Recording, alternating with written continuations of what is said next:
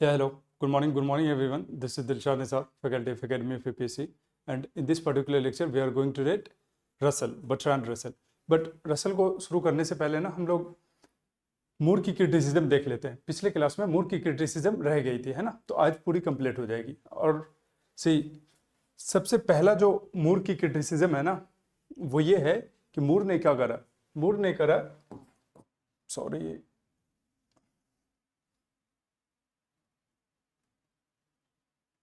मूर ने इससे एस्टे परसिपी सिर्फ इसको रिजेक्ट किया। यानी उन्होंने सिर्फ इतना प्रूफ किया है कि ये जो इससे एस्टे परसिपी है, to be is to be perceived, ये प्रूफ नहीं हो सकता। उन्होंने सिर्फ इतना प्रूफ किया है। और इसके बेसिस पे वो उन क्लेम क्या कर रहे हैं कि हमने पूरे आइडियलिज्म को ही रिजेक्ट कर दिया। बट सी, इससे एस्टे परसिपी is not the central tenet of idealism. जो प्लाटो का आइडियलिज्म है वो बिल्कुल डिफरेंट है। जो कांत का आइडियलिज्म है, ट्रांसेंडेंटल आइडियलिज्म है, वो तो इस पे एस्टेब्लिश नहीं है। जो हेगल का एब्सोल्यूट आइडियलिज्म है वो तो इस पे बेस है ही नहीं।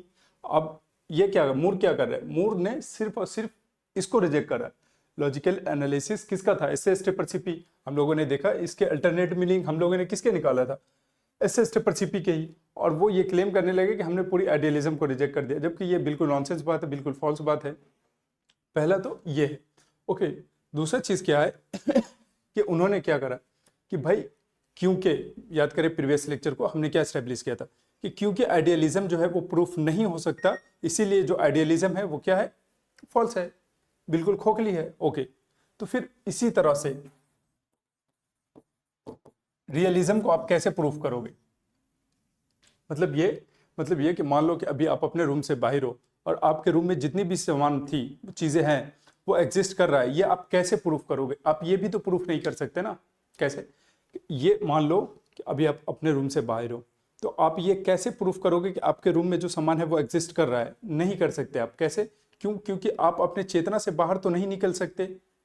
आप यही करोगे कि आप मुझे लेकर जाओगे और दिखाओगे कि देखिए ये एग्जिस्ट कर रहा है। अगेन, जिस वक्त आपने ये कहा कि देखिए ये एग्जिस्ट कर रहा है, इसका मतलब है कि आप उसे एक्सपीरियंस कर रहे हो।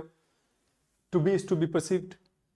जिस तरह से आइडियलिज्म प्रूफ नहीं हो सकता, इन द सेम वे ये जो रियलिज्म है ये भी प्रूफ नहीं हो सकता। अभी आप इस तरफ घूमे हुए, मान लो कि आप अभी अपने फोन की तरफ देख रहे हो, मैकबुक की तरफ या लैपी की तरफ देख रहे हो, बट आप ये कैसे प्रूफ करोगे कि आपके पीछे जो ये वॉल है वो अभी एग्जिस्ट कर रहा है बिना एक्सपीरियंस किए हुए? क्योंकि आप अपने चेतना से बाहर निकल के उस वॉल को एक्सपीरियंस नहीं कर सकते। इन द सेम वे, जिस तरह से आइडियलिज्म ये इससे स्टेप परसिपी प्रूफ नहीं हो सकता, इसलिए ये फॉल्स है, उसी तरह से ये जो रियलिज्म है हम इसे भी तो प्रूफ नहीं कर सकते, तो क्या ये रियलिज्म जो है वो भी फॉल्स है? ओके, दूसरा चीज उन्होंने क्या करा था, उन्होंने कॉमन सेंस की थ्योरी दी थी, है ना, कि भाई सी, कॉमन सेंस, उन्होंने कहा कि जो एक एवरेज कॉमन सेंस, उन्होंने एक कहा कि जो एवरेज एडल्ट है, जिनके पास एवरेज इंटेलिजेंस है, उनका कॉमन सेंस जो है वो वैलिड है। ओके, और ये हमें जो भी बातें कॉमन सेंस से पता चलता है हमें उसे रियल मान लेना चाहिए, वही रियलिटी है। ओके, ऐसे जब हम अपने हिस्ट्री में झांकते हैं तो हमें पता चलता है क्या कि हमारे जितने भी पूर्वज थे, इनफैक्ट जितने भी साइंटिस्ट थे, उनका भी यही मानना था कि अर्थ इज फ्लैट। क्या अर्थ, ये जो धरती है वो चिपटी थी? नहीं, ये हमारा बहुत ही बड़ा मिसकंसेप्शन है। अगेन, ये जो था ये वाइडली एक्सेप्ट कॉमन सेंस था कि हाँ भाई ये जो धरती है ये चिपटी है, द अर्थ इज फ्लैट। दूसरा क्या था?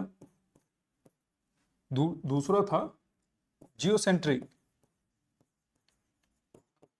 ये भी तो हम अपने कॉमन सेंस के बेस पे ही हमने ये करा था ना। तो क्या है, यानी कॉमन सेंस भी तो गलत हो सकती है ना। जिस तरह से आइडियलिज्म में गलती थी, आप उनको नहीं मानते, आपने कहा कि फिर हम कॉमन सेंस को एक्सेप्ट करेंगे। फिर कॉमन सेंस में भी तो दिक्कत है ना, कॉमन सेंस में भी तो प्रॉब्लम आ रही है। This is what the criticism of Moore philosophy, है ना। अब हम आते हैं क्या, आज हमें मूर नहीं, आज हमें क्या पढ़ना है? रसल, है ना। सी, अब हम आते हैं कहाँ? रसल पे।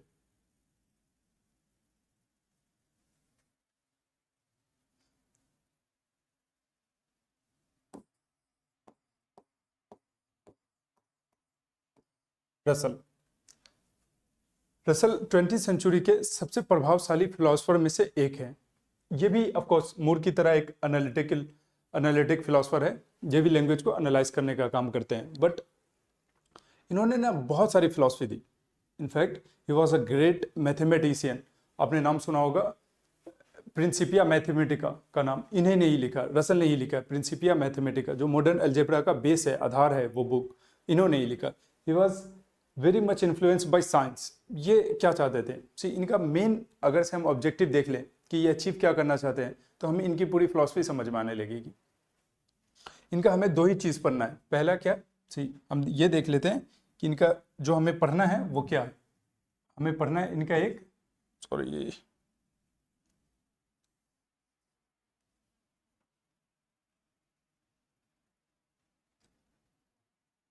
इनका पढ़ना है एक लॉजिकल एटोमिज्म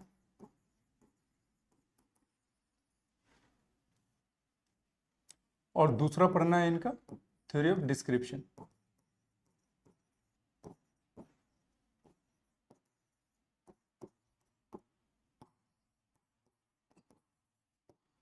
थ्योरी ऑफ डिस्क्रिप्शन यानी हमारा जो सिलेबस है वो यही है, मगर अभी हम इस सिलेबस पे आने से पहले हम इनका मोटिव देख लेते हैं, एक बैकग्राउंड सेट कर लेते हैं, जिसकी वजह से क्या होगा कि ये सारी चीज़ें हमें मीनिंगफुल लगेगी। सी अगर से मैं बैकग्राउंड सेट ना करूं तभी ये बिल्कुल हम लोगों को समझ में आएगा, बट आपको ना वो एसेंस, वो जो मीनिंग होता है कि ये क्यों ऐसा बोल रहे, वो हम कभी भी अचीव नहीं कर पाएंगे, वो हम नहीं समझ पाएंगे, वो एसेंस हम नहीं समझ पाएंगे। इसीलिए बैकग्राउंड सेट करना ज़्यादा जरूरी है। सी रसल का क्या मानना है, रसल का ये मानना है कि देखिए एक ना एक होता है साइंस, एक होता है क्या philosophy. And he was very much influenced by science. वो ये कहते हैं कि देखिए साइंस जो है ना ये परफेक्ट नॉलेज है। साइंस क्या है, ये एक डिस्क्रिप्टिव नॉलेज है। ये क्या करता है, ये ना चीज़ों को डिस्क्राइब करने का काम करती है। जैसे फैक्ट्स हमारे यहाँ प्रेजेंट है और वो साइंस क्या करती है, उस फैक्ट्स को प्रेजेंट करने का काम करती है। फिलॉसफी को भी ना साइंस की तरह ही डिस्क्रिप्टिव होना चाहिए। ये फिलॉसफी क्या है, फिलॉसफी एक स्पेकुलेटिव, फिलॉसफी क्या है, एक स्पेकुलेटिव नॉलेज है। फॉर एग्जाम्पल जब कांत ने कहा था कि देखिए जो अल्टीमेट रियलिटी है ना हम उसे नहीं जान सकते, कभी भी नहीं जान सकते। फॉर एग्जाम्पल ये मार्कर माइंड इसे जिस तरह से इसके सेंसेशन को रिसीव कर रहा है 12 कैटेगरीज के जरिए, वैसा ही अंडरस्टैंडिंग बिल्ड कर रहा है और वैसा ही जजमेंट पास कर रहा है। ये मार्कर जिस तरह की सेंसेशन हमें आ रहा है हम उसी हिसाब से इसे समझ पा रहे हैं। ये मार्कर खुद में क्या है ये हम नहीं समझ पा रहे और नहीं हम कभी जान पाएंगे। ये मार्कर खुद में क्या है ये हम कभी भी नहीं जान पाएंगे। और यही क्या था कांत का ट्रांसेंडेंटल आइडियलिज्म। अगेन ये क्या एक्सपेरिमेंट के जरिए प्रूफ किया गया था। साइंस में क्या होता है एक्सपेरिमेंट। तो ये जो बात कांत कह रहे हैं क्या ये एक्सपेरिमेंट के जरिए, ऑब्जर्वेशन के जरिए प्रूफ हुआ था? नहीं, ये क्या था, ये स्पेकुलेशन था। अगेन सॉरी ये क्या था, ये एक स्पेकुलेशन था। अगेन फिर उसके बाद जब हेगल आते हैं, हेगल क्या बोलते हैं, real is rational and rational is real, कि reality itself is inherently rational and because it is rational we can know it through reason. अब हेगल ने कांत को क्या करा, कांत के आइडियलिज्म को रिजेक्ट करा। तो क्या उन्होंने एक्सपेरिमेंट के बेस पे करा? नहीं, उन्होंने भी क्या करा, स्पेकुलेटिव मेथड।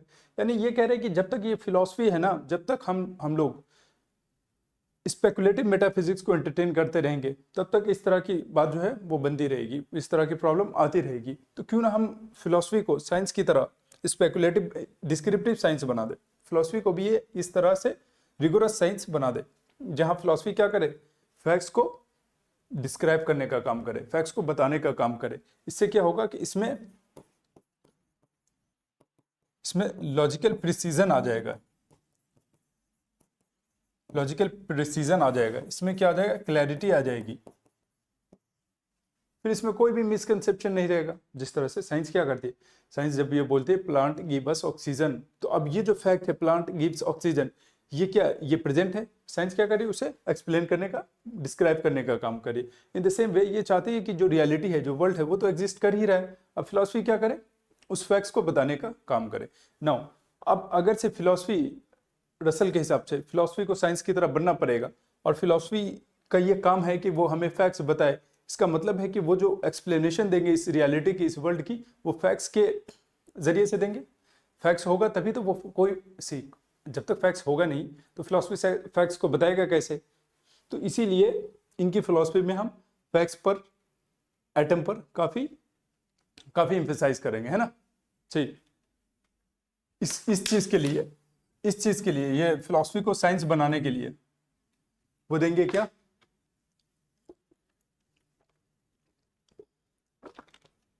वो देंगे लॉजिकल एटोमिज्म। अब हम आते हैं अपने सिलेबस पे। जो हमारा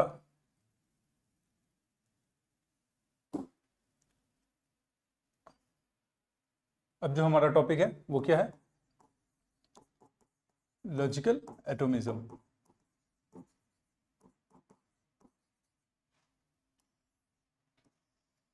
सी, ये क्या, रसल ने एक लेक्चर दिया था, बहुत सारा लेक्चर था बट एक लेक्चर दिया था उसमें, द फिलॉसफी ऑफ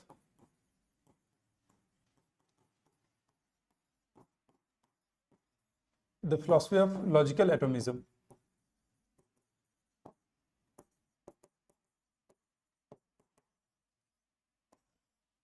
इस थ्योरी का मेन एम क्या था, सी, रसल के अकॉर्डिंग ये जो दुनिया है ये सिंपल, इंडिपेंडेंट, इंडिविजिबल फैक्ट से बनी है। और ये जो थ्योरी है लॉजिकल एटोमिज्म, इस थ्योरी का मेन एम ही है कि रियलिटी के लॉजिकल स्ट्रक्चर को समझना और उसे एक्सप्लेन करना। जब रसल लॉजिकल स्ट्रक्चर की बात करते हैं, जब इस लॉजिकल एटोमिज्म की बात करते हैं, तो रसल कहते हैं इस थ्योरी में कि ये जो दुनिया है, जो रियलिटी है, reality is made up of simple indivisible atomic fact. ये दुनिया किससे बनी है, सिंपल इंडिविजिबल एटॉमिक फैक्ट से बना। यानी ये जो दुनिया है ना, ये चीजों से नहीं बल्कि फैक्ट से बना है। The world is the totality of facts not of things. ये किसका मानना था, रसल का। रसल का लॉजिकल एटोमिज्म जो है वो इसी बात को एम्फेसाइज करता है कि ये जो दुनिया है ये किससे बना है, फैक्ट से। और वो जो फैक्ट्स है वो फिजिकल नहीं बल्कि वो क्या है, लॉजिकल फैक्ट्स है। अगेन अब क्या कनेक्ट हो रहा है, रसल का मेन एम क्या था, रसल क्या इस्टेब्लिश करना चाहते थे, रसल फिलॉसफी को रिगोरस साइंस बनाना चाहते थे। जिस तरह से साइंस फैक्ट्स को डिस्क्राइब करने का काम करता है, ये भी यही चाहते थे कि फिलॉसफी भी आप क्या करे, फैक्ट्स को डिस्क्राइब करने का काम करे। अब इन्होंने क्या करा, इन्होंने करा लॉजिकल एटोमिज्म के जरिए इस वर्ल्ड की एक्सप्लेनेशन दी। और उन्होंने कहा कि ये जो दुनिया है ये तो चीजों से बना ही नहीं, ये तो बना है फैक्ट से। और वो फैक्ट्स क्या, एटॉमिक फैक्ट्स से। लॉजिकल एटोमिज्म, सी, एटोमिज्म का क्या मतलब होता है, जब हम फिजिक्स पढ़ते हैं तो एटम का मतलब होता है simple unit, fundamental basic unit, जिसे और रिड्यूस ना किया जा सके, है ना। जो सबसे छोटी इकाई हो उसको क्या बोलते हैं, एटम बोलते हैं। ओके, लॉजिकल मतलब कि ये जो एटम है इसका एनालिसिस लॉजिक के माध्यम से ही किया जा सकता है। और ये जो एटम है ये फिजिकल एटम नहीं है बल्कि क्या है, लॉजिकल एटम है। जब हम साइंस में पूछते हैं कि मैटर किससे बना है, तो फिजिक्स हमें बताता है कि मैटर जो बना है वो बना है एटम से। और ये जो एटम है ये क्या है, ये फिजिकल है। ओके, जब हम फिलॉसफी में रसल को देख रहे हैं, रसल क्या बोल रहे हैं कि ऑफ कोर्स ये जो दुनिया है ना ये तो एटम से ही बना है, मगर ये एटम क्या है, ये फिजिकल नहीं है, ये लॉजिकल है। ये क्या है, ये फैक्ट के रूप में है, ये फैक्ट के रूप में प्रेजेंट है। फिलॉसफी में, फिजिक्स में और फिलॉसफी में क्या डिफरेंस है, इसका जो एटम है वो फिजिकल है, इसका जो एटम है वो लॉजिकल है, फैक्चुअल है। ओके, तो अब हम देखते हैं इसका फीचर्स। जब हम मेन फीचर्स देख लेंगे, अभी तो हमने यही नहीं समझा कि फैक्ट्स है क्या, फैक्ट्स कहते किसको है, ये एटॉमिक फैक्ट्स क्या है ना। तो अब हम जब इसके फीचर्स देखेंगे तब इनका पूरा एसेंस समझ में आएगा हमें।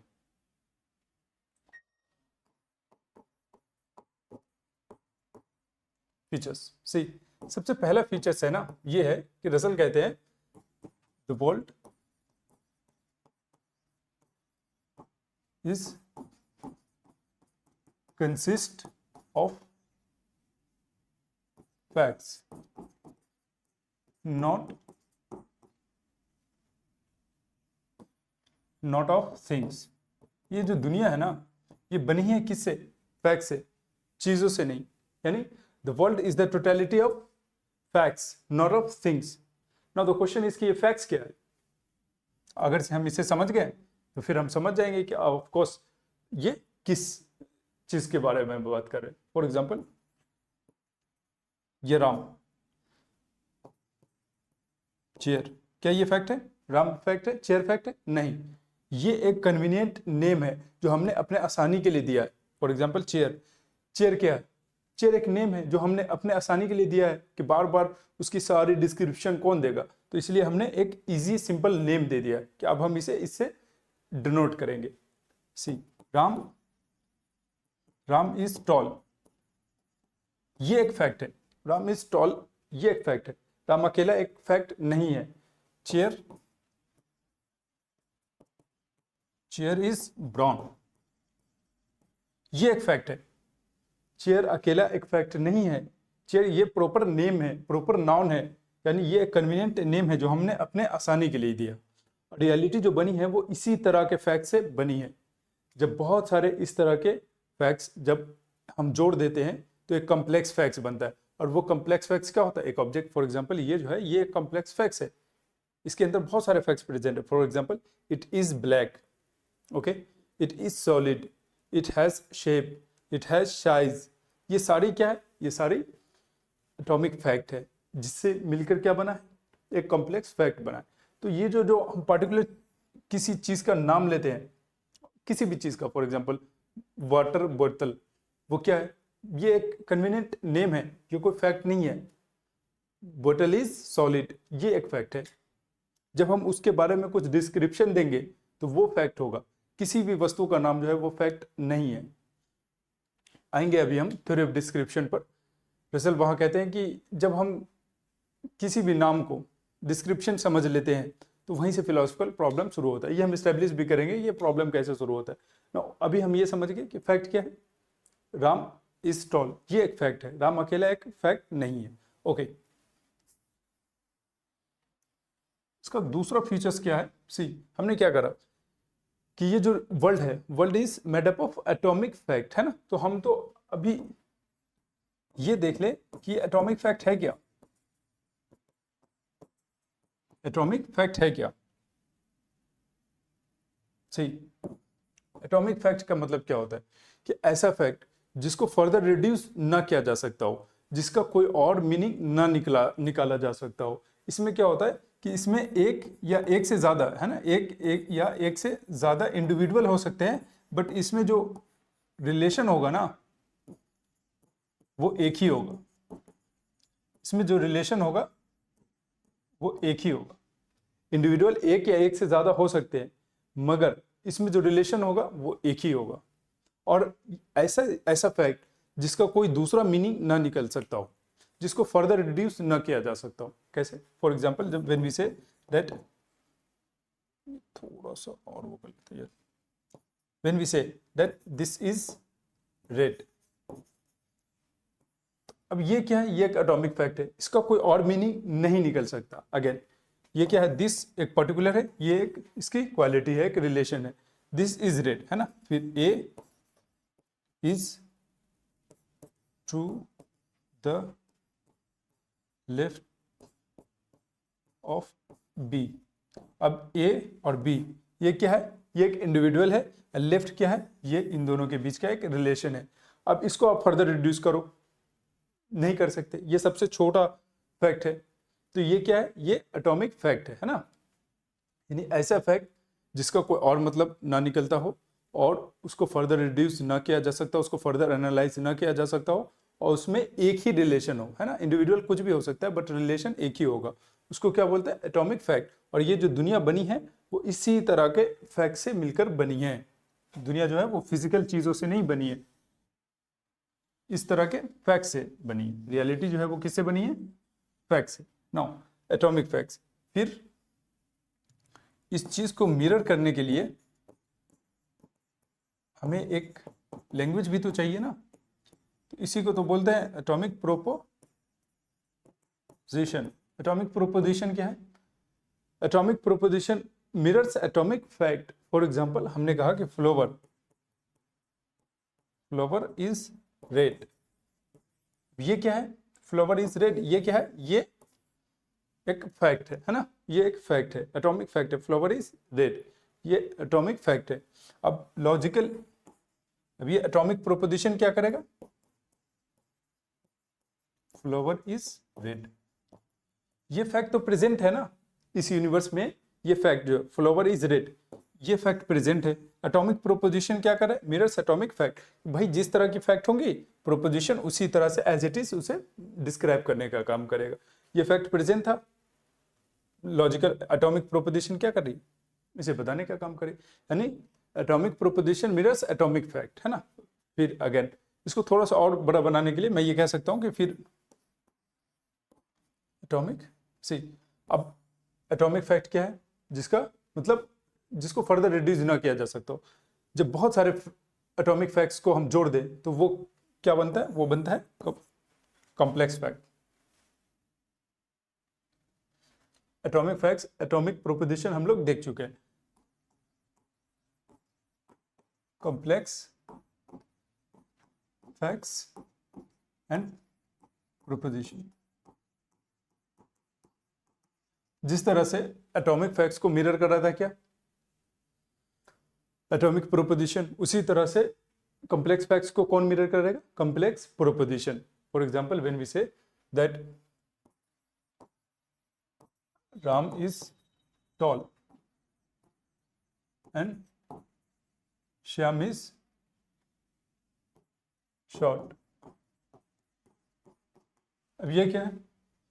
ये एक एटॉमिक फैक्ट है और ये एक एटॉमिक फैक्ट है, और ये दो मिलकर क्या बन रहा है? Complex fact. अब ये फैक्ट है और ये प्रोपोजिशन क्या कर रहा है? इसको मिरर करने का काम कर रहा है ना। बहुत सिंपल था। इसी में आता है क्या? ये था फिफ्थ, मान लेते हैं, तो ये होगा सिक्स। इसी में आता है क्या?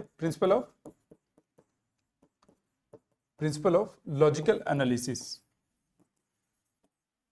लॉजिकल एनालिसिस कि भाई हम वहां तक पहुंचते कैसे, एटॉमिक फैक्ट ढूंढते कैसे, कोई एक तरीका तो होना चाहिए ना एटॉमिक फैक्ट ढूंढने का। उसी को बोलते हैं क्या? Logical analysis. यानी हम इस मेथड का यूज करके हम कहां तक पहुंचते हैं, हम कहां पर पहुंचते हैं? हम पहुंचते हैं एटॉमिक फैक्ट। फॉर एग्जांपल हमने कहा the king of France is bolt. अब हमें ये सिंपल सा, ये बाल्ट है ना, इज बाल्ट। नाउ हमें क्या लग रहा है कि ये जो स्टेटमेंट है ये कॉम्प्लेक्स स्टेटमेंट है ना। अब इसका हम करेंगे क्या? Logical analysis. जब रसल ने इस स्टेटमेंट को देखा तो कहा कि देखिए ये जो स्टेटमेंट है ना, जब हम इसका लॉजिकल एनालिसिस करेंगे तो इसमें तीन क्लेम्स छुपे हुए हैं। हमने कहा एग्जांपल लिया द किंग ऑफ फ्रांस, या फिर द किंग ऑफ इंडिया ले लेते हैं ना। The king of India is very powerful.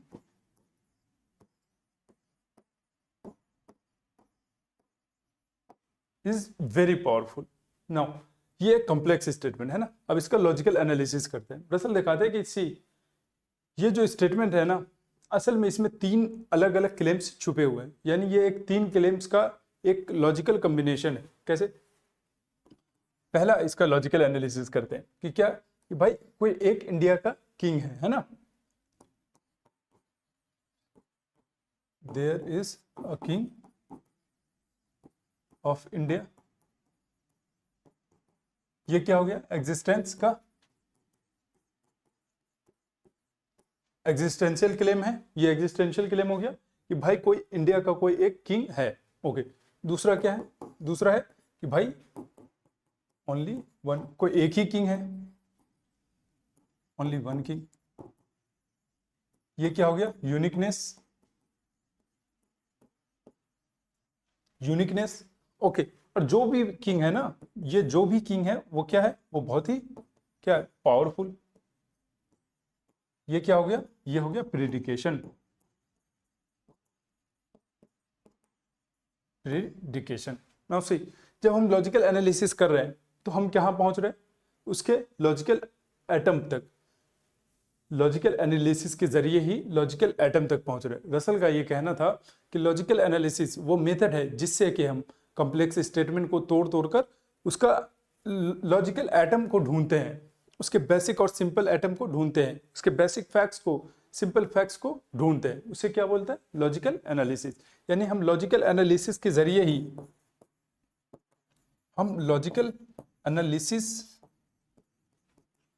ही हम कहां तक पहुंचते हैं? हम पहुंचते हैं लॉजिकल एटोमिज्म तक। लॉजिकल एटोमिज्म तक। रसल कहते हैं किसी the atom that I wish to reach is logical in nature. वो खुद ही मानते हैं, उनका मानना क्या है कि भाई क्यों ना फिलॉसफी को साइंस की तरह बना दिया जाए। अब साइंस की तरह अगर से बनाना है तो जिस तरह से साइंस क्या करती है, फैक्ट्स को डिस्क्राइब करने का काम करती है, फिलॉसफी भी उसी तरह से फैक्ट्स को डिस्क्राइब करने का काम करे। अब क्योंकि हमारे पास जो फैक्ट्स है वो क्या है? वो लॉजिकल फैक्ट्स है, तो हम लॉजिक के जरिए से क्या करेंगे? उसे एनालाइज करेंगे। और ये जो एटॉमिक फैक्ट है, एटॉमिक, इसको इसी तरह के कोरिस्पॉन्डिंग लैंग्वेज से एक्सप्लेन करेंगे। यानी लॉजिकल एटोमिज्म एक ऐसी थ्योरी है जो ये मानती है कि ये जो दुनिया है ये बनी है किसी एटॉमिक फैक्ट से, और लैंग्वेज का काम है कि उन फैक्ट्स को मिरर करे। यानी जिस तरह के फैक्ट्स प्रेजेंट है, लैंग्वेज एज इट इज उसे प्रेजेंट करे। फॉर एग्जाम्पल, जब ये हम देखते हैं कि इस वर्ल्ड में ये ब्लैक मार्कर प्रेजेंट है, तो हम कहेंगे कि दिस इज ब्लैक। ये एक फैक्ट है जो प्रेजेंट है, और मेरी लैंग्वेज, यानी हम इस तरह का लैंग्वेज यूज कर रहे हैं जो इसे कोरिस्पॉन्ड कर रही है। तो फिर तीसरा क्या है? इसका नेक्स्ट फ्यूचर ही यही है। अगेन बाय द वे, हम लोग अभी फ्यूचर ही डिस्कस कर रहे हैं ना, फीचर्स। इसके फीचर्स में फिर क्या आ रहा है? अगर से वो 7 था तो ये 8 होगा, है ना। Correspondence theory of truth, correspondence theory of truth. See, ये क्या? हमने कहा the snow is white, the snow is white.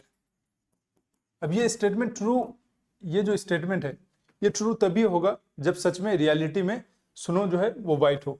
यानी हम जो भी लैंग्वेज यूज कर रहे हैं वो 1 to 1 कोरेस्पॉन्ड कर सके। जब हम बोल रहे हैं कि ताजमहल इज वाइट, तो ताजमहल को सच में वाइट होना पड़ेगा रियलिटी में, तभी हमारा वो स्टेटमेंट सही होगा। यानी हम जो भी स्टेटमेंट जिस तरह से यूज कर रहे हैं उसी तरह के फैक्ट्स इस वर्ल्ड में प्रेजेंट होने चाहिए। जब मैं ये बोल रहा हूँ कि red fort is in Delhi, तो रेड फोर्ट सच में दिल्ली में होना चाहिए, तभी वो मेरा स्टेटमेंट जो है वो क्या होगा? वो सही होगा, ट्रू होगा। यानी 1 to 1 कोरेस्पॉन्ड कर सके। हम जिस भी चीज के बारे में, फैक्ट्स के बारे में बात करें, वो फैक्ट्स इस वर्ल्ड में एज इट इज प्रेजेंट हो, तभी वो मेरा स्टेटमेंट सही होगा। फिर क्या है? इंडिपेंडेंस ऑफ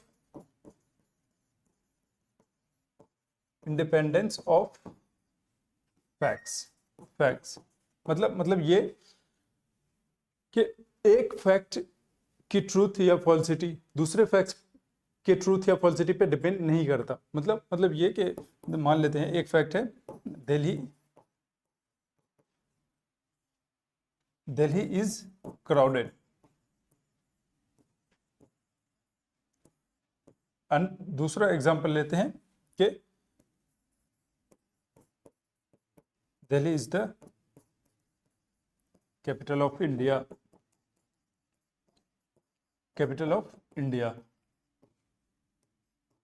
अब ये जो फैक्ट है, इस फैक्ट की ट्रूथ या फॉल्सिटी इस फैक्ट्स पर डिपेंड नहीं करता, और इस फैक्ट्स की ट्रूथ या फॉल्सिटी इस फैक्ट्स पर डिपेंड नहीं करता। यानी दुनिया में जितने भी फैक्ट्स है वो इंडिपेंडेंटली एग्जिस्ट करता है और इंडिपेंडेंटली रियल है। For example, chair is solid और चेयर इज ब्राउन, तो ये जो सॉलिड है और ये जो ब्राउन है, ये दो अलग अलग फैक्ट्स हैं। सॉलिड होना ब्राउन होने पर डिपेंड नहीं करता, ब्राउन होना सॉलिड होने पर डिपेंड नहीं करता। यानी एक फैक्ट जो है वो कभी भी दूसरे फैक्ट्स के उस पर डिपेंड नहीं करता। तीसरा क्या है? 10th क्या है कि ये जो इसमें ना प्लूरलिज्म है। वाई? लॉजिकल एटमिज्म के जरिए रसल क्या कर रहे हैं? रसल कर रहे हैं मल्टीपल ऑब्जेक्ट को एक्सेप्ट कर रहे हैं by through logical एटमिज्म।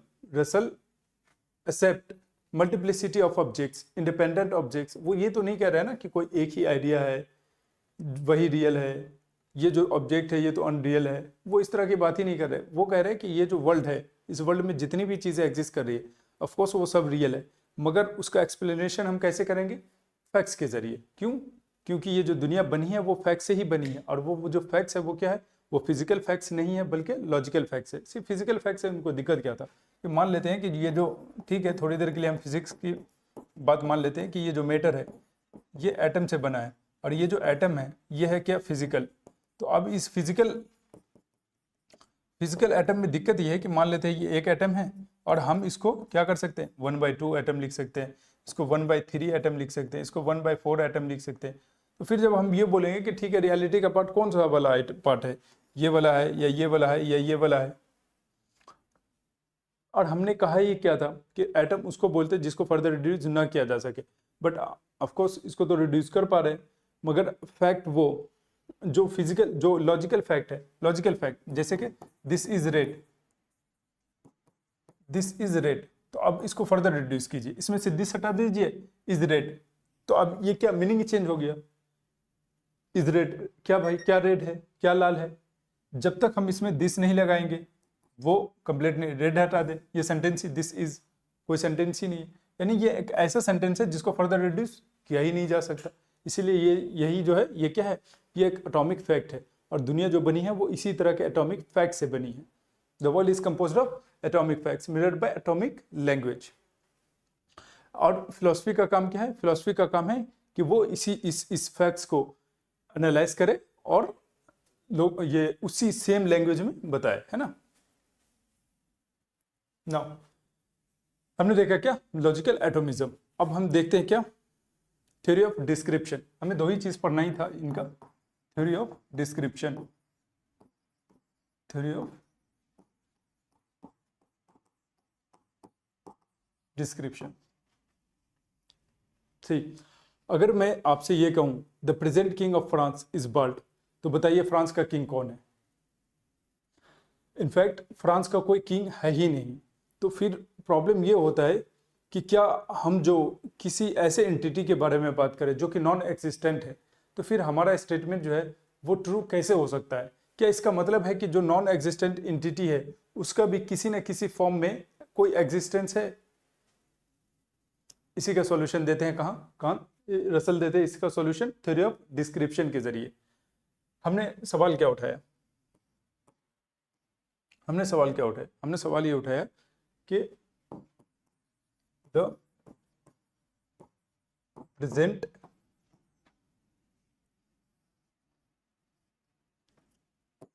Present king of France is bird. तो फिर बताइए कि ये फ्रांस का किंग कौन है? बट जब हम इसका लॉजिकल एनालिसिस करते हैं तो हमें पता चलता है कि फ्रांस का कोई किंग ही नहीं है। मतलब सही रसल ने क्या करा कि देखिए इसका ना लॉजिकल एनालिसिस करते हैं। तो जब हम लॉजिकल एनालिसिस कर रहे थे तो इसमें क्या हमने देखा? इसमें हमने देखा कि इसमें 3 क्लेम्स छुपे हुए। पहला क्या? The present king of France, यानी there is a king of France, और ये क्या था? ये एग्जिस्टेंस का, ये एग्जिस्टेंशियल क्लेम है। ओके, फिर दूसरा क्या था कि भाई देयर इज, कि भाई सिर्फ एक ही किंग है, there is only one king. Okay, ये क्या था? इसका यूनिकनेस था, यूनिकनेस। ओके, तीसरा क्या था कि भाई जो भी किंग है वो क्या है? वो बाल्ड है, यानी ये बाल्ड होना क्या है? ये एक प्रेडिकेट है, क्वालिटी है, यानी ये प्रेडिकेशन है। अब रसल क्या कह रहे हैं? रसल कह रहे हैं कि देखिए देयर इज अ किंग, इसमें 3 वो है, there is a king of France. अब क्योंकि ये जो पहला स्टेटमेंट है यही फॉल्स है। रसल जिस वक्त ये बुक लिख रहे थे, ये इन्होंने थ्योरी ऑफ डिस्क्रिप्शन दी थी ऑन डिनोटिंग में, तो जब ये ऑन डिनोटिंग लिख रहे थे 1905 में, तब फ्रांस वॉज अ रिपब्लिक, वहां तो किंग था ही नहीं। क्योंकि हमारा पहला स्टेटमेंट ही फॉल्स है, इसीलिए पूरा का पूरा जो स्टेटमेंट है ये फॉल्स हो जाता है, मीनिंगलेस नहीं। हमने क्वेश्चन क्या उठाया था कि अगर से हमने कहा the present king of France is bird. अब क्योंकि फ्रांस में किंग है ही नहीं, तो फिर ये स्टेटमेंट ट्रू है या फॉल्स है या मीनिंगलेस है। रसल के अकॉर्डिंग, रसल के थ्योरी ऑफ डिस्क्रिप्शन के अकॉर्डिंग, कि जो नॉन एग्जिस्टेंट एंटिटी है, जब हम उनके बारे में बात करते हैं तो वो जो स्टेटमेंट है वो लॉजिकली फॉल्स होगा, है ना, मीनिंगलेस नहीं।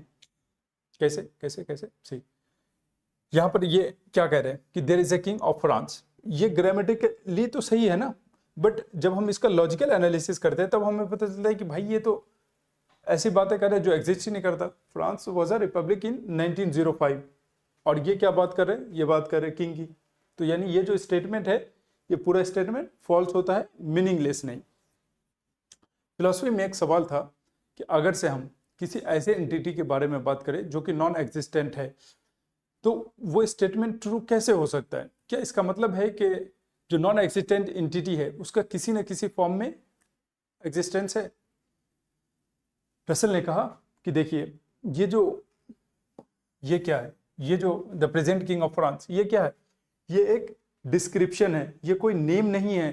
जब हम इसको नाम समझने लगते हैं ना, तभी फिलोसफिकल प्रॉब्लम शुरू होती है। ये जो थ्योरी ऑफ डिस्क्रिप्शन है, the present king of France, ये क्या है? ये एक इनकम्प्लीट सिंबल है। इसका मीनिंग तभी समझ में आता है जब हम इसे पूरे सेंस में यूज करते हैं, पूरे कंटेक्स्ट, पूरे सेंटेंस के कंटेक्स्ट में यूज करते हैं, तभी इसका मीनिंग हमें समझ में आता है।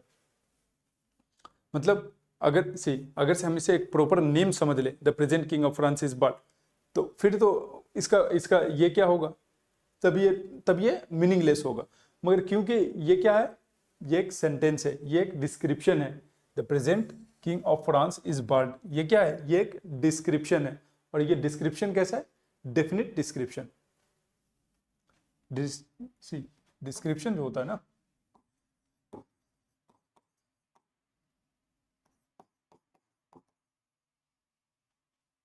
डिस्क्रिप्शन दो तरीके का होता है। एक होता है क्या? डेफिनिट, और एक होता है क्या? इनडेफिनिट। इनडेफिनिट, डेफिनिट का मतलब क्या है कि फॉर एग्जांपल जब मैं ये बोल रहा हूं कि M S Dhoni is running, यहां पर मैं क्या बोल रहा हूं? M S Dhoni is running, okay. अब मैं यहां पर बोल रहा हूं कि अ बॉय इज रनिंग। अब यहां पर अ बॉय जो मैंने यूज करा है, तो लड़के तो कोई भी हो सकते हैं इस दुनिया में। यहां पर ये क्लियर नहीं है किस लड़के के बारे में बात हो रही है। यहां पर क्या एग्जैक्ट हमें पता है कि किस आदमी के बारे में बात हो रही है। यहां पर हमने कहा the prime minister of India, for example the prime minister of India. अब ये क्या है? ये बिल्कुल डेफिनेट है, हमें पता है ये किन के बारे में बात हो रही है। कोई एक व्यक्ति विशेष है जिनके बारे में बात हो रही है। यहाँ पर क्या है? यहाँ पे हमने कर दिया एमपी ऑफ इंडिया। अब एमपी तो बहुत सारे हैं, कौन सा एमपी? आप नाम बताओ। तो ये क्या होता है? डिस्क्रिप्शन दो तरीके का होता है, एक डेफिनेट, एक इनडेफिनिट। थ्योरी ऑफ डिस्क्रिप्शन जो है वो एक्सप्लेन करता है किसको? डेफिनेट डिस्क्रिप्शन को। थ्योरी ऑफ डिस्क्रिप्शन किसके बारे में है? डेफिनेट डिस्क्रिप्शन के बारे में। जो रसल का ये मानना था कि लैंग्वेज जो है ना, हमारी थ्योरी ऑफ डिस्क्रिप्शन का मेन एम ही ये था कि हम ना लैंग्वेज को लॉजिकली एनालाइज करेंगे और फिर उसमें उसका मीनिंग हम लॉजिकली समझाएंगे, बताएंगे। खास करके डेफिनेट डिस्क्रिप्शन को, है ना, लॉजिकली एनालाइज करेंगे और उसे एक्सप्लेन करेंगे। लैंग्वेज के उन एक्सप्रेशंस को हम एनालाइज करेंगे, लॉजिकली एनालाइज करेंगे, जो कि एग्जिस्ट नहीं करता। जैसे कि the present king of France, ये एग्जिस्ट नहीं करता। गोल्डन माउंटेन, ये एग्जिस्ट नहीं करता। जब हम बात करते हैं कि यूनिकॉर्न एक नेम है, जब हम यूनिकॉर्न के ऊपर कोई बात करेंगे वो एक डेफिनेट डिस्क्रिप्शन होगी। अब क्योंकि वो एग्जिस्ट नहीं करता तो हम उसका एक्सप्लेनेशन देंगे कैसे, उसका लॉजिकल एनालिसिस करेंगे कैसे? उसका लॉजिकल एनालिसिस करेंगे हम डेफिनेट डिस्क्रिप्शन के जरिए, थ्योरी ऑफ डिस्क्रिप्शन के जरिए। अगेन, अब क्योंकि ये जो यहां पर आता है ना, सही, यहां पर ये जो the present king of France, ये क्या है? या फिर किंग ऑफ फ्रांस, ये क्या है? ये एक डिस्क्रिप्शन है। और इसका मीनिंग जो है वो तभी समझ में आता है हमें जब हम इसके पूरे सेंटेंस के कंटेक्स्ट में क्या करें? लॉजिकली एनालाइज करें। इसीलिए रसल के थ्योरी को, थ्योरी ऑफ डिस्क्रिप्शन को बहुत जगह पर इन कंप्लीट सिंबल्स भी कहा जाता है। क्यों? क्योंकि ये अपने आप में कोई प्रॉपर नेम नहीं है, ये एक डिस्क्रिप्शन है जिसका मीनिंग हमें तभी समझ में आता है जब हम उसे पूरे सेंटेंस के फॉर्म में, पूरे सेंटेंस के कंटेक्स्ट में लॉजिकली एनालाइज करते हैं, तभी समझ में आता है। अगेन डिस्क्रिप्शन है ये, हम इसे नाम नहीं समझ सकते, जब हम इसे नेम समझते हैं तो यहीं से फिलोसफिकल प्रॉब्लम शुरू होती है। ये किन का मानना है? रसल का मानना है। रसल कहते हैं कि जो नॉन एग्जिस्टेंट चीज है, जैसे कि for example golden mountain, golden mountain, तो अब हमें किसी गोल्डन माउंटेन को एज्यूम करने की जरूरत नहीं है, ये तो एग्जिस्ट नहीं कर रहा, हमें पता है। आपको क्या करना है, एक आपको इसमें समझ जाना चाहिए कि ये जो है ना, ये एक ऐसा चीज है, ये एक ऐसा वर्ड है gold mountain, mountain like structure, ये एक शॉर्ट हैंड है किसी चीज को रिप्रेजेंट करने का। फॉर एग्जाम्पल आपने कहीं पर देखा कि आपने देख लिया कि बहुत ज्यादा सोना है, आपके एक्सपेक्टेशन से ज्यादा है, और आपने देखा था कि जो इस तरह की चीजें होती है वो पहाड़ होती है, तो आपने क्या करा, दो आइडिया को मिलाकर आपने कह दिया सोने का पहाड़। वो चीज रियल में एग्जिस्ट करे ये जरूरी नहीं, आपने एक as a shorthand use किया कि भाई ये तो सोने का पहाड़ लग रहा है, बट सोने का पहाड़ रियल में एग्जिस्ट करे ये जरूरी नहीं। इसी तरह के लैंग्वेज के लॉजिकली एनालाइज करने के लिए रसल ने क्या दिया, थ्योरी ऑफ डिस्क्रिप्शन। नाउ अभी इससे पहले जो हमने देखा था, इसी पे ना अगेन इस पे ना अभी रसल की और इसी बात पे रसल और स्ट्रॉसन की डिबेट हो गई थी। वो डिबेट क्या है अभी हम देखें। स्ट्रॉसन हमारे सिलेबस का पार्ट है तो इन्हें वैसे भी पढ़ना है। हमने यहाँ पर क्या देखा, हमने यहाँ पर देखा कि the present king of France is bolt. अब ये क्या करें, पहले ये क्या करें, रसल क्या करें कि देखिए ये जो स्टेटमेंट है ये फॉल्स है ना। स्ट्रॉसन क्या बोलेंगे, स्ट्रॉसन का ये कहना है कि ये जो स्टेटमेंट है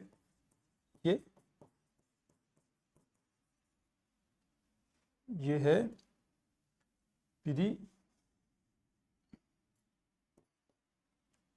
सॉरी यहां पे ले लेते, ये है प्री सुपोजिशन फेल। कैसे,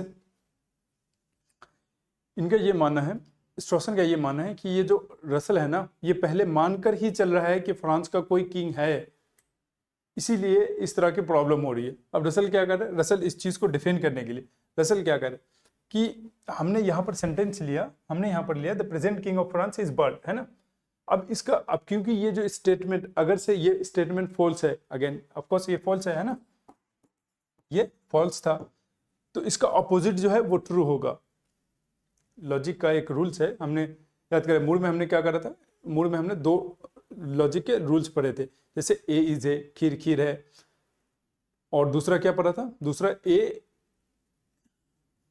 हमने कौन सा रूल पढ़ा था, ए इज ए ये पढ़ा था, और फिर ए इज ए या फिर एक्सक्लूडेड से हम लोग क्या करते हैं, तीनों लॉजिक का तीन रूल्स समझ लेते हैं।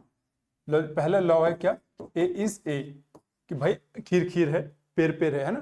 फिर दूसरा लॉ क्या था कि अगर से ए अभी ए है तो फिर वो अभी इसी वर्ड टाइम पर पीरियड में वो बी नहीं हो सकता। मतलब इफ अगर से मैं अभी इंसान हूं तो अभी जानवर नहीं हो सकता, अगर से मैं अभी मेल हूं तो अभी फीमेल नहीं हो सकता, अगर से मैं अभी मेल हूं तो फीमेल नहीं हो सकता। अगेन तीसरा क्या है, law of excluded middle, law of excluded middle, ये क्या है, अगर से मैं ये बोल रहा हूं कि आई एम अ मेल, अगर से ये बात सही है तो आई एम अ फीमेल, ये स्टेटमेंट ऑटोमेटिकली गलत हो जाएगा। अगर से कोई ये कह रहा है कि I am a human being, अगर से ये बात सही है तो फिर ये स्टेटमेंट फॉल्स हो जाएगा कि I am not a human being, ये अपोजिट उसका ऑटोमेटिकली रिफ्यूट हो जाएगा। अब रसल ये कह रहे हैं कि देखिए the present king of France is bird. अब अगर से ये इज बर्ड, अब अगर से ये स्टेटमेंट फॉल्स है तो इसका अपोजिट जो है वो ट्रू होगा। उसका अपोजिट क्या होगा, मान लेते हैं वो क्या है, नॉट बाल्ड। तो अब ये statement, the present king of France is not bald, तो अब ये स्टेटमेंट ऑटोमेटिकली ट्रू हो जाएगा। स्ट्रॉसन क्या कह रहे हैं, स्ट्रॉसन कह रहे हैं कि भाई देखिए किंग है ही नहीं, पहली बात तो ये है कि फ्रांस में किंग है ही नहीं, तो ये जो स्टेटमेंट है ना, ये ना तो ट्रू हुआ ना फॉल्स हुआ, बल्कि ये प्रीसुपोजिशन फेल हो गया, यानी बात ही नहीं बनती। मतलब ये, फॉर एग्जांपल आपने कहा कि भाई रवि वाइफ इज टॉल, है ना, तो अब हम ये नहीं कहेंगे, अब हम ये नहीं कहेंगे कि भाई रवि की तो शादी ही नहीं, हम ये बात ही गलत है, ये बात ही नहीं बनती। रवि वाइफ इज टॉल ये तब होती जब रवि मैरिड होता, अब क्योंकि वो मैरिड है ही नहीं तो ये कहां से आ गया, यानी ये बात ही नहीं बनती।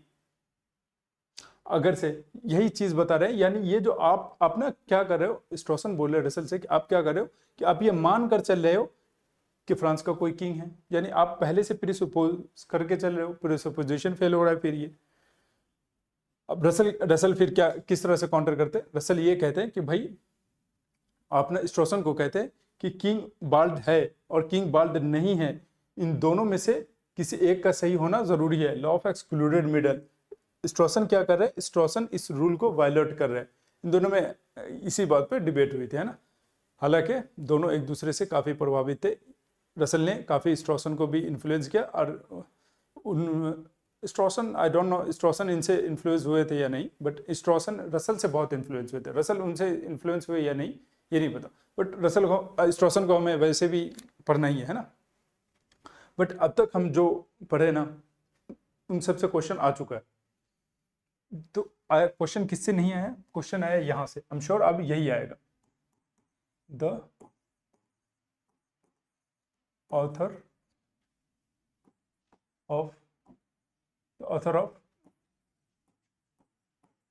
ऑफ वेवरली इज स्कॉट, है ना, एक एग्जांपल है, तो author of Waverley is Scott. अब एक स्टेटमेंट में हमें ये क्या लग रहा है कि भाई स्कॉट एक राइटर है जिसने क्या करा है, वेवरली लिखा है ना। रसल क्या कहते हैं कि रुकिए, जब हम इसका लॉजिकल एनालिसिस करते हैं, इसका लॉजिकल एनालिसिस करेंगे, तो देखिए पहला क्या है, पहला क्या है कि Scott is the author of Waverley, है ना, Scott is the author of Waverley, ये क्या है, ये है स्टेटमेंट वन, ओके। दूसरा स्टेटमेंट लेते हैं क्या कि Scott is Scott, Scott is Scott, ये किस रूल से ले रहे हैं, ए इज ए वाले रूल से, है ना, कि स्कॉट इज स्कॉट। नाउ अब ये बताइए कि ये जो स्टेटमेंट वन है ये भी ट्रू है और ये जो स्टेटमेंट टू है ये भी ट्रू है, तो फिर ऐसा कैसे क्यों हो रहा है कि ये जो स्टेटमेंट वन है ये हमें न्यू इन्फॉर्मेशन दे रहा है, मगर जबकि ये हमें कोई न्यू इन्फॉर्मेशन नहीं दे रहा, ऐसा क्यों हो रहा है। सी अब रसल के आएंगे, अपना थ्योरी ऑफ डिस्क्रिप्शन लाएंगे कि देखिए जब हम इस स्टेटमेंट का लॉजिकल एनालिसिस करते हैं तो इसमें तीन क्लेम्स छुपे हुए हैं, यानी ये तीन क्लेम्स में टूट जाएगा। पहला क्या है, अगेन वही एग्जिस्टेंशियल क्लेम कि भाई किसी ने क्या लिखा है, वेवरली लिखा है, तो पहला क्या होगा, एग्जिस्टेंशियल क्लेम कि किसी ने वेवरली लिखी है ना। दूसरा क्या होगा, भाई किसी एक ने ही लिखी है, यानी वेवर स्कॉट एक आदमी है ना, इसको एक ही, यानी ये जो वेवरली लिखने वाला है कोई एक ही आदमी है, किसी एक ने लिखी है, यानी यूनिकनेस, ओके। तीसरा क्या है कि वो जो कुछ, ये क्या है, आइडेंटिटी, वो जिसने भी लिखा है वो कौन है, स्कॉट है, आइडेंटिटी। यानी सी थ्योरी ऑफ डिस्क्रिप्शन के जरिए से रसल क्या कर रहे हैं, रसल नॉन एग्जिस्टेंट एंटिटी की प्रॉब्लम को सॉल्व कर रहे हैं, प्लस इस तरह की चीज जो एग्जिस्ट नहीं कर रहा उसे हम कैसे डिफाइन करेंगे, प्लस वो डेफिनेट डिस्क्रिप्शन जैसे the present king of France, author of Waverly, इस तरह के लॉजिकल एनालिसिस कर रहे हैं। नाउ रसल क्या कह रहे हैं कि अगर से आप डेफिनेट डिस्क्रिप्शन को नेम समझने लगे तो फिर फिलोसफिकल प्रॉब्लम यहाँ से शुरू हो जाता है। यानी ये जो डेफिनेट डिस्क्रिप्शन है ना, अपने आप में नेम नहीं है बल्कि इनकम्प्लीट सिंबल है। इसका पूरा मीनिंग हमें तभी समझ में आता है जब हम इनको पूरे सेंटेंस के कंटेक्स्ट में समझते हैं। That's all for today. और इसे यहाँ इसका जो क्रिटिसिज्म है ना वो बहुत ही इजी है, बहुत ही सिंपल है। पहला क्या है कि आपने क्या करा कि reality is made up of, reality बनी है किससे,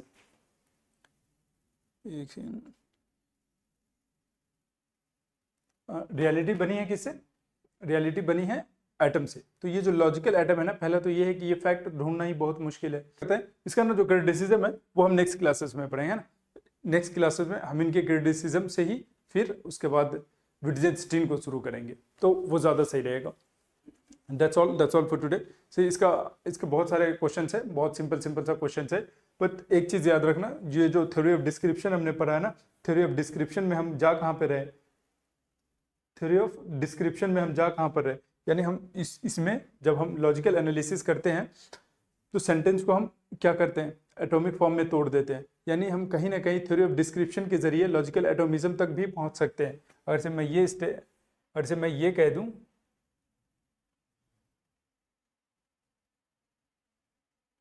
the present king of France, yes, देखो हम क्या करें कि there is a king of France. अब हम यहाँ पर क्या करें, इन सबको लॉजिकल एटोमिज्म यानी एटॉमिक फैक्ट में तोड़ रहे हैं। यानी हम थ्योरी ऑफ डिस्क्रिप्शन के जरिए भी हम लॉजिकल एटोमिज्म तक पहुंच सकते हैं ना, पहुंचते हैं। This is all for today. सही, इसका ना बहुत सिंपल सा क्वेश्चन है। हम लोग जब PYQ का क्लास का करेंगे तो एक ही साथ वो कर लेंगे, उसे कवर अप कर लेंगे। और दूसरा ये है कि एक ना दरअसल में एक और चीज़ मोस्टली लोग पढ़ाते हैं, उसमें रहता भी है, बहुत सारे नोट्स में रहता है, वो क्या है, knowledge by acquaintance and knowledge by description. तो क्योंकि वो हमारा सिलेबस का पार्ट नहीं है इसलिए हम लोग नहीं पढ़ रहे। और वो क्या है, नॉलेज बाय एक्वेंटेंस और नॉलेज बाय डिस्क्रिप्शन क्या है। फॉर एग्जांपल इस चीज़ को मैं जानता हूँ, इसे हम कहेंगे नॉलेज बाय एक्वेंटेंस। क्यों, इससे मेरा डायरेक्टली कनेक्शन है, इससे मैं डायरेक्टली एक्सपीरियंस कर पा रहा हूँ, यानी इससे मेरा 1-to-1 एक्वेंटेंस है। आप मुझे जानते हो एक्वेंटेंस के जरिए, knowledge by acquaintance. Again knowledge by description क्या है, फॉर एग्जांपल कोई एक ऐसी मूवी है जिसे आपने नहीं देखा और आपके फ्रेंड ने आकर डिस्क्राइब किया कि ये जो फिल्म है इसमें एक्टर ही है, उस एक्ट्रेस ही है, डायरेक्टर ही है, प्रोड्यूसर ही है, एंड सो ऑन। अब आपने मूवी नहीं देखी बट उसकी नॉलेज जो आपके पास है कि इसमें ये एक्टर है, ये स्टोरी है, ये नॉलेज क्या है, ये नॉलेज है डिस्क्रिप्टिव नॉलेज। इसको बोलते हैं नॉलेज बाय डिस्क्रिप्शन। और जब हम किसी चीज़ को डायरेक्टली एक्सपीरियंस करके नॉलेज मिलते हैं उसे क्या बोलते हैं, नॉलेज बाय एक्वेंटेंस।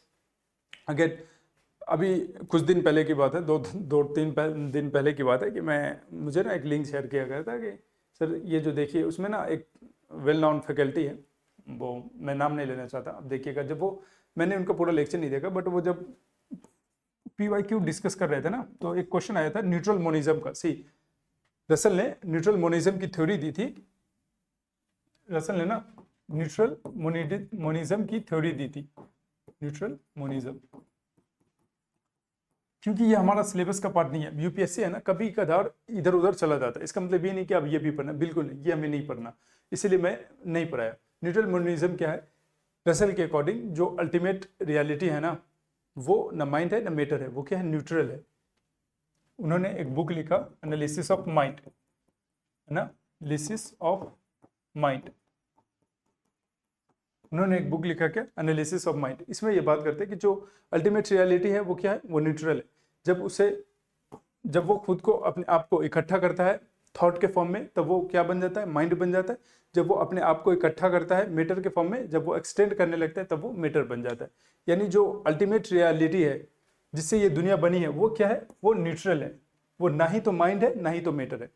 अब वो टीचर क्या बोल रहे थे, daily sorry with all due respect to all the teacher, तो अगर से आपको नहीं आता आप छोड़ दे, वो चीज़ गलत चीज़ें एक्सप्लेन नहीं करनी चाहिए। वो क्या कर रहे थे, वो कह रहे थे न्यूट्रल मोनिज्म का, वो कह रहे थे कि जो लॉजिकल एटमिज्म है वो हमें ना इधर लेकर जाता है ना उधर लेकर जाता है, बीच में रखता है, या फिर काइंड ऑफ इस तरह से। वो नहीं है, with all due respect to teacher, वो नहीं है न्यूट्रल मोनिज्म। न्यूट्रल मोनिज्म में रसल कहते हैं, मैंने उसका क्या करा, कंक्लूजन बताया कि जो अल्टीमेट रियलिटी है वो ना ही तो माइंड है ना ही तो मैटर है, वो क्या है, न्यूट्रल है। जब उसे थॉट के फॉर्म में जब वो खुद को इकट्ठा करता है तब वो माइंड बन जाता है, जब वो मैटर के फॉर्म में एक्सटेंड करता है तब वो मैटर बन जाता है। Now that's all for today. Thank you, जय हिंद।